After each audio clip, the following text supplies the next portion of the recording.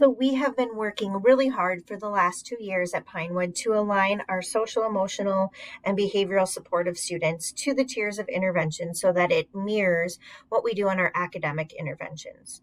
So tier one, which is something that 80% of students receive, that is enough for 80%, the bulk of our kids, is just their core classroom instruction. So that includes things like having a take a break space, having reviewed the Caring Safe problem solver and created anchor charts for the various areas and expectations of your classroom, teaching our second step core curriculum for social emotional learning, having morning meetings, having closing circles, all of those things for 80% of kids is enough.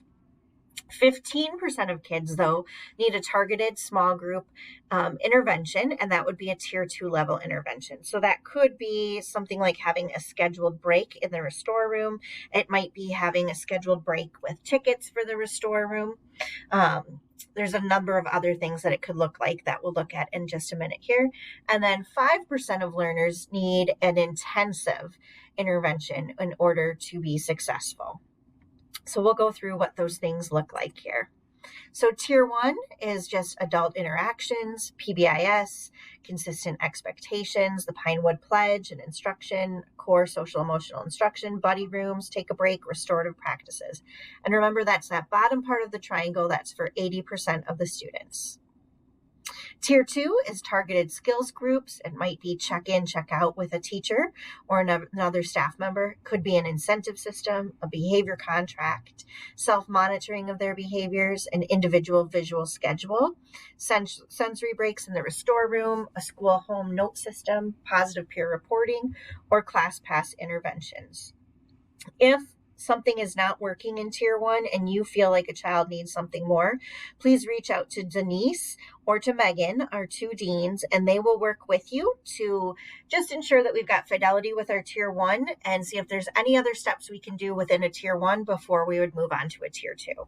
They'll help coach you and give you some ideas and support you in the implementation of those ideas. And if it is that we do need something more for a student, then they will work with you to get tier two up and running. Another avenue is to fill out a form for our SST process, which is something that Jeanette Mikulski will be reviewing with us on our upcoming I-Day. And then tier three would be a behavior intervention plan, targeted skill groups, reinforcement of replacement behaviors.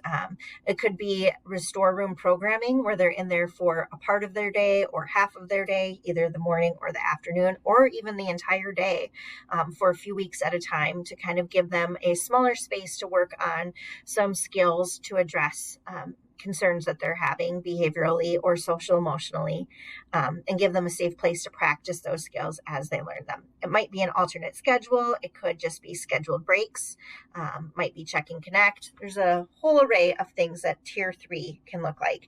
And again, tier three would be for roughly 5% of our building's population. So again, tier one is 80%, tier two would be for 15%, and tier three would be for 5%.